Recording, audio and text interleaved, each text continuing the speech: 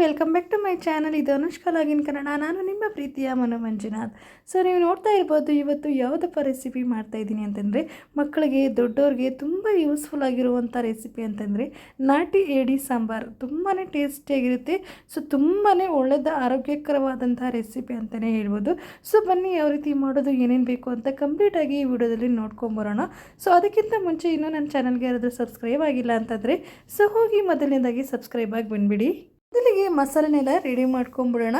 ಒಂದು ಪ್ಯಾನಿಗೆ 3 medium size ಆಗುವಷ್ಟು medium ಆಗಿ ಹೆಚ್ಚಿರುವಂಥ ಈರುಳ್ಳಿ, 2 ಗೆಡ್ಡೆ ಆಗುವಷ್ಟು ಬೆಳ್ಳುಳ್ಳಿ, 4 ರಿಂದ 5 ಇಂಚು ಆಗುವಷ್ಟು ಶುಂಠಿ, ಅರ್ಧ ಟೊಮೆಟೊ, 2 ಹಸಿಮೆಣಸಿನ್ಕಾಯಿ, ಸ್ವಲ್ಪ ಕೊತ್ತಂಬರಿ ಸೊಪ್ಪು, ಹಾಗೆ ಸ್ವಲ್ಪ ಪುದೀನ ಸೊಪ್ಪು, ಒಂದು 2 ಟೇಬಲ್ ಸ್ಪೂನ್ ಆಗುವಷ್ಟು ಎಣ್ಣೆನ ಸೇರಿಸ್ಕೊಂಡು ಚೆನ್ನಾಗಿ ಲೋ ಫ್ಲೇಮಲ್ಲಿ ಇಟ್ಕೊಂಡೆ ಫ್ರೈ ಮಾಡ್ಕೊಂಬಿಡೋಣ.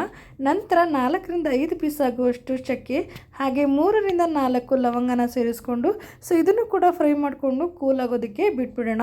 ಒಂದು ಮಿಕ್ಸರ್ ಜಾರಿಗೆ 1 ಕಪ್ ಆಗುವಷ್ಟು ತೆಂಗಿನಕಾಯಿ, 2 ಟೇಬಲ್ ಸ್ಪೂನ್ ಆಗುವಷ್ಟು ಹುರುಗಡ್ಲೆ, 3 ರಿಂದ 4 ಟೇಬಲ್ ಸ್ಪೂನ್ ಆಗುವಷ್ಟು ಸಾಂಬಾರು ಪುಡಿ, ಫ್ರೈ ಆಗಿರುವಂಥ ಮಸಾಲೆ ಎಲ್ಲವನ್ನು ಕೂಡ ಸೇರಿಸ್ಕೊಂಡು ಫೈನ್ ಪೇಸ್ಟ್ ಮಾಡಿಕೊಂಡು ಸೈಡಲ್ಲಿ ಎತ್ತಿಟ್ಕೊಂಡ್ಬಿಡೋಣ. 1 kg ಆಗುವಷ್ಟು ಏಡಿ ಅಂದರೆ ನಾಟಿ ಏಡಿನ ತೊಗೊಂಡಿದ್ದೀನಿ. ಸೊ ನಾನು ಊರಿಂದ ತೊಗೊಬಂದಿರೋ ಕಾರಣ ಸ್ವಲ್ಪ ಎಣ್ಣೆ, ಉಪ್ಪು, ಅರಿಶಿನ ಎಲ್ಲವನ್ನು ಕೂಡ ಸೇರಿಸ್ಕೊಂಡು ಚೆನ್ನಾಗಿ ಸ್ವಲ್ಪ ಫ್ರೈ ಮಾಡಿಕೊಂಡು ತೊಗೊಂಬಂದಿದ್ದೀನಿ. ಸೊ ನೀವು ನಾರ್ಮಲಾಗಿ ಡೈರೆಕ್ಟಾಗಿ ಮಾಡೋ ಹಾಗಿದ್ರೆ ಇದೇ ಥರ ಕೂಡ ಮಾಡ್ಕೊಬೋದು. ಒಂದು ಪ್ಯಾನಿಗೆ 3 ರಿಂದ 4 ಟೇಬಲ್ ಸ್ಪೂನ್ ಆಗುವಷ್ಟು ಎಣ್ಣೆ, ಅರ್ಧ ಮೀಡಿಯಮ್ ಸೈಜ್ ಆಗುವಷ್ಟು ಸಣ್ಣದಾಗಿ ಹೆಚ್ಚಿಟ್ಕೊಂಡಿರುವಂಥ ಈರುಳ್ಳಿ, ಸ್ವಲ್ಪ ಫ್ರೈ ಆದ ನಂತರ ನಾಟಿ ಏಡಿನ ಸೇರಿಸ್ಕೊಂಡು ಫ್ರೈ ಮಾಡ್ಕೊಂಬಿಡೋಣ. ಸೊ ನಾನು ಮೊದಲೇ ಫ್ರೈ ಮಾಡ್ಕೊಂಡಿರೋದ್ರಿಂದ ಸ್ವಲ್ಪ ಫ್ರೈ ಆದರೆ ಸಾಕಾಗುತ್ತೆ.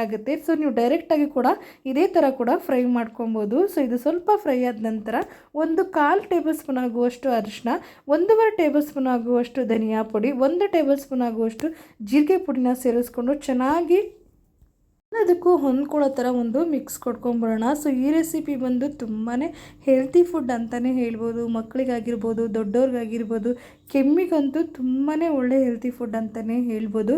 ಸೊ ನಾವಿರೋ ಜಾಗದಲ್ಲಿ ಇದಂತೂ ಸಿಗೋದೇ ಇಲ್ಲ. ಸೊ ನಾವು ಊರಿಗೆ ಹೋದಾಗ ಕಂಪಲ್ಸರಿ ಮಾಡ್ಕೊಂಡು ತಿಂತೀವಿ. ಸೊ ಈ ಸಲ ಬಂದು ನಾನು ಈ ರೆಸಿಪಿ ತೋರಿಸ್ಬೇಕು ಅಂತಲೇ ಊರಿಂದನೇ ತೊಗೊಬಂದಿದ್ದೆ. ಸೊ ಇವಾಗ ಇದು ಚೆನ್ನಾಗಿ ಫ್ರೈ ಆಗಿದೆ. ಹಾಗೆ ಲಿಡ್ನ ಕ್ಲೋಸ್ ಮಾಡಿ ಒಂದು ಅರ್ಧ ನಿಮಿಷ ಹಾಗೆ ಫ್ರೈ ಮಾಡ್ಕೊಂಬಿಡೋಣ.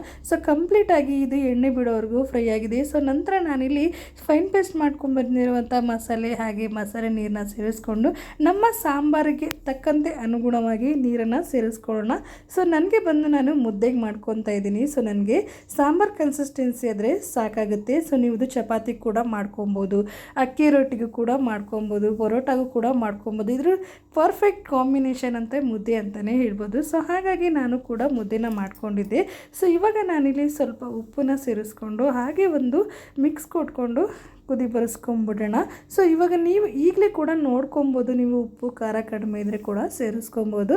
ಸೊ ನಂತರ ನಾನಿಲ್ಲಿ 1 ನಿಂಬೆಹಣ್ಣು ಗಾತ್ರಗಾಗುವಷ್ಟು ಹಣ್ಣಿನ ರಸ, ಹಾಗೆ 1 ಟೇಬಲ್ ಸ್ಪೂನ್ ಆಗುವಷ್ಟು ಜೀರಿಗೆ ಪುಡಿನ ಸೇರಿಸ್ಕೊಂಡು ಚೆನ್ನಾಗಿ ಒಂದು ಕುದಿ ಬರೆಸ್ಕೊಂಡ್ರೆ ಸೂಪರಾಗಿರುವಂಥ ನಾಟಿ ಏಡಿ ಸಾಂಬಾರು ರೆಡಿನೇ ಆಗೋಗ್ಬಿಡುತ್ತೆ. ಸೊ ನೀವು ಖಂಡಿತವಾಗ್ಲೂ ಈ ರೆಸಿಪಿನ ಟ್ರೈ ಮಾಡಬೇಕು.